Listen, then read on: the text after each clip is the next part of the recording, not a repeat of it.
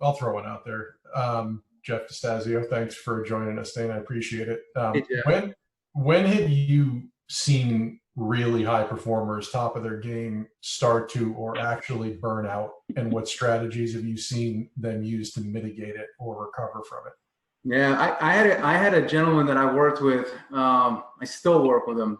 He's from New Jersey. He's a healthcare magnate, multi-billionaire, owns sports teams.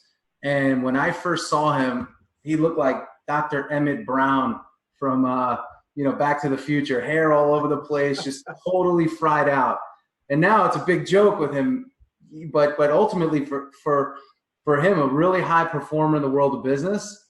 And what we had to do was, again, ask him, where are you feeling stretched? And where are you doing things that you're not getting a return on your time and on your energy? And those are the things we have to start to eliminate. So identifying where there's an excess energy expenditure, and even to where you're working out of your lane or out of, some people call it a zone of genius. We got to find out where you're sort of working out of alignment, because those are the activities that are going to cause you the most resistance. The other thing I've seen is too, most people, I call it a goalpost strategy. So you have this goal, you get up in the morning, boom, there's a goalpost. You go to work, there's another one. Then there's lunch, there's another one.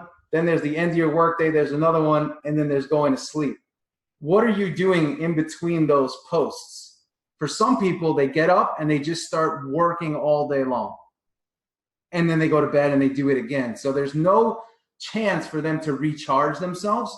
So that's a big source of burnout. The other thing is too, identifying what are your sort of themes of thought that are taking place throughout the day. Are you thinking in terms of scarcity? Are you thinking subconsciously negative?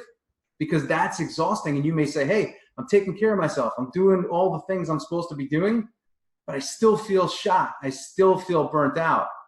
And ultimately, most people don't like to hear this, but you have to pull them back and you have to sort of restructure their day. So there's a lot of resistance up front. And some people that I've worked with say, listen, I'm not willing to do that. I can't do that. It's going to burn me out just even thinking about what I have to do and what you're telling me I can't do. So I'm not doing it. And ultimately they come around maybe 6 months later when they're even more fried. But burnout for the most part is the result of three things: taking on too much, scheduling, and your subconscious thought process. And most type A high horsepower people, they're obsessive. So you have to balance that obsession unchanneled, and sort of, it can spin you out of control. And some people say, well, that's what makes me great. So it may be part of what makes you great, but chances are it's only a part of it.